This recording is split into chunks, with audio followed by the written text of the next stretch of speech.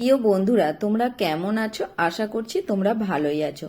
এখন প্রচন্ড গরম পড়ে গেছে, তাই এই গরমের সিজনে তরমুজ খুবই পাওয়া যাচ্ছে বাজারে। আজ আমি একটা তরমুজ নিয়ে এসেছি, তরমুজ দিয়ে লাড্ডু বানিয়ে তোমাদের দেখাচ্ছি। পুরো রেসিপিটা দেখার অনুরোধ রইল শুরু থেকে শেষ পর্যন্ত। এই দেখো, তরমুজটা আমি প্রথমে দু আধখানা করে কেটে নিয়েছি, তারপরে এরকম ছোট ছোট করে টুকরো করে নিয়েছি। আর এই যে ভেতরের যে দানাগুলো, সেইগুলো আমি একটা কাঁটা চামচে করে ভালো করে আমি বার করে নেব। আর প্রথমে আমি ছুরির সাহায্যে পিছনের খোলাটা ফেলে দিচ্ছি, আর এরপরে আমি কাঁটা চামচের সাহায্যে এই দানাগুলোকে বের করে দিচ্ছি। কাঁটা চামচে করে দানাগুলো বের করলে খুব সহজে আর খুব তাড়াতাড়ি দানাগুলো বেরিয়ে আসে। দেখো, প্রত্যেকটা আমি দানাগুলো বের করে একটা বাটির মধ্যে ঢেলে রাখছি।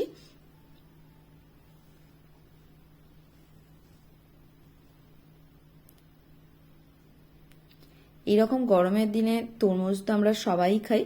আজ আমি তরমুজ দিয়ে লাড্ডু বানাচ্ছি, তাহলে তোমরা পুরো রেসিপিটা দেখো আমি কিভাবে বানাচ্ছি। তোমরাও বাড়িতে এইভাবে বানাবে, খেতে খুবই ভালো লাগবে। দেখো, দানাগুলো সবগুলোই বার করে নিয়েছি, বার করে একটা বাটির মধ্যে ঢেলে নিয়েছি। এরপর একটা মিক্সার জার নিয়েছি, মিক্সার জারের মধ্যে এই তরমুজের টুকরোগুলো নিয়ে নিচ্ছি আর একটু ব্লেন্ড করে নিয়ে তারপরে আসছি।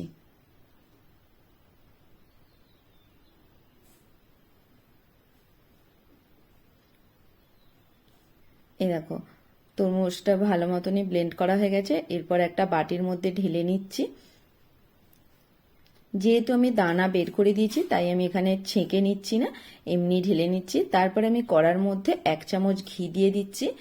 ঘি দিয়ে ঘিটা গলা পর্যন্ত একটু অপেক্ষা করব। ঘি গলে গেলে আমি এখানেতে কাজু নিয়েছি, কাজুগুলো ছোট ছোট টুকরো করে নিয়েছি। এই কাজুগুলো এই ঘিয়ের মধ্যে ভেজে নেব।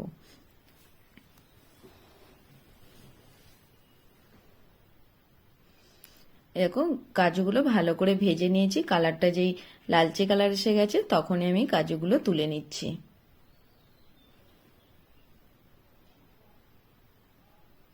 এরপর আমি একটা ছোট বাটি, হাফ বাটি সুজি নিয়েছি। এখানে 2 থেকে 3 চামচ সুজিটা হবে।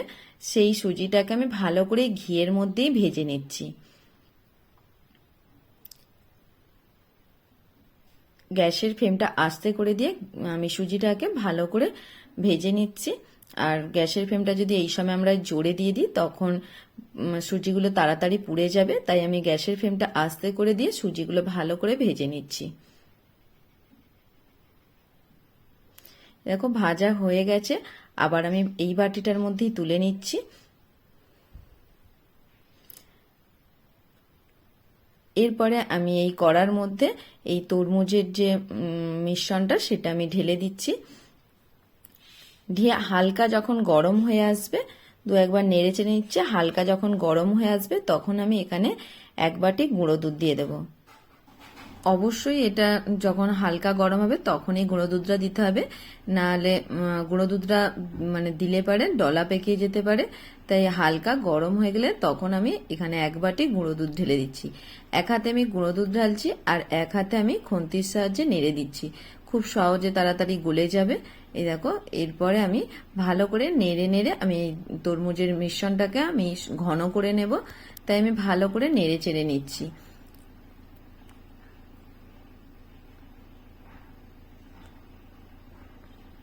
দেখো, ভালো করে নেড়ে চেড়ে নিয়েছি।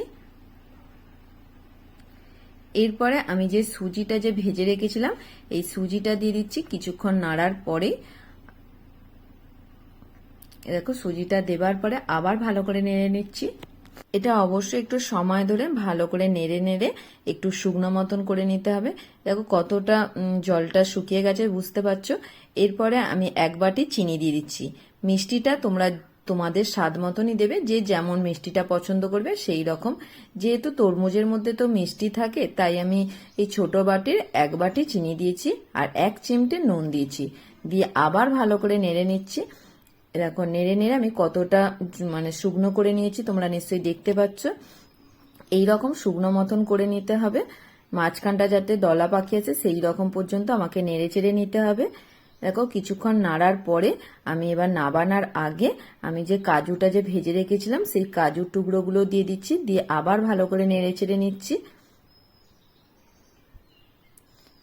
নেড়ে নেড়ে আমাকে শুকনোটা করে নিতে হবে, তবেই লাড্ডুগুলো ভালো তৈরি হবে।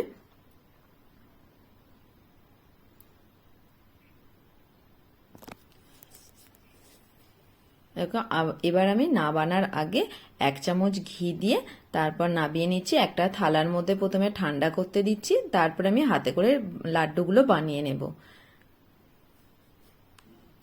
দেখো ঠান্ডা হয়ে গেলেই তারপরে আমি লাড্ডুগুলো বানাবো। আর লাড্ডুগুলো বানানোর সময় হাতের মধ্যে একটু ঘি লাগিয়ে নিলে তাহলে লাড্ডুগুলো বানাতেও সুবিধা হয়। দেখো খুন্তির সাহায্যে একটু নেড়ে চেড়ে ঠান্ডা করে নিচ্ছি।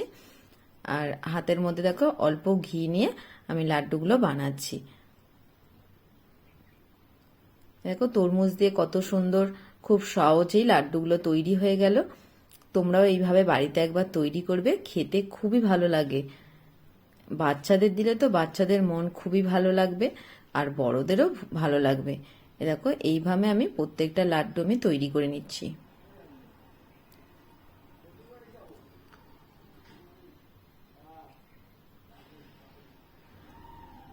দেখো প্রত্যেকটা লাড্ডু আমার তৈরি হয়ে গেছে, আমি সাজিয়ে নিচ্ছি।